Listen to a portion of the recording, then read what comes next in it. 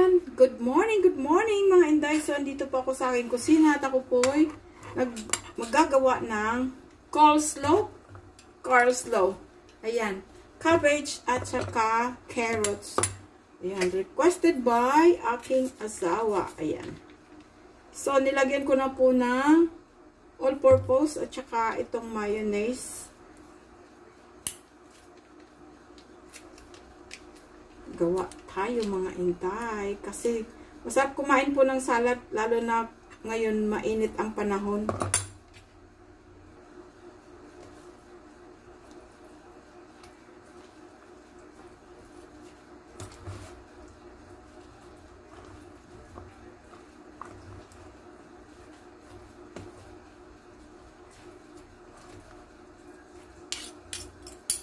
Kulang pa yung ating mayonnaise.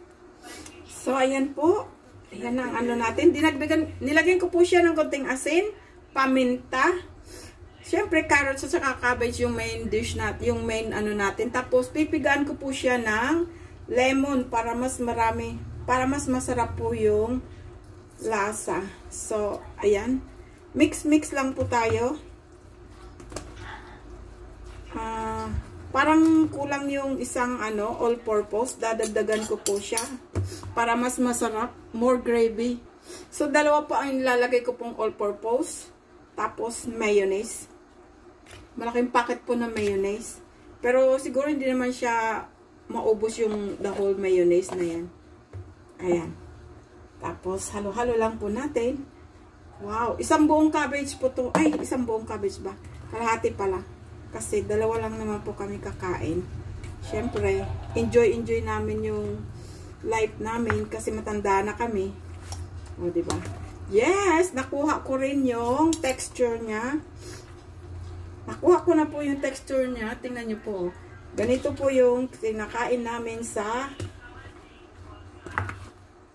Kenny Rogers. Talagang binabalik-balikan po namin yung Kenny Rogers na coleslaw, tawag dyan, ano, whatever.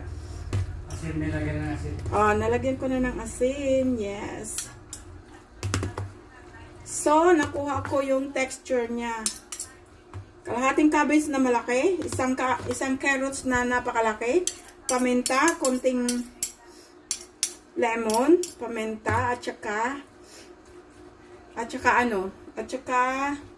tawag nito, at saka konting asin. See?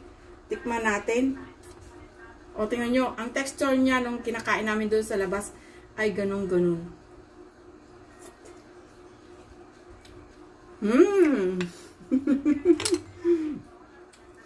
Ang sarap mga Inday. Thank you so much for watching. Grabe. Ayan. So, palalamigin ko na po to. Grabe. Nakuha ko rin yung texture niya. Thank you so much for watching. Ingat po ang lahat. God bless us all. Ayan. Kita niyo po. Ayan. Bye.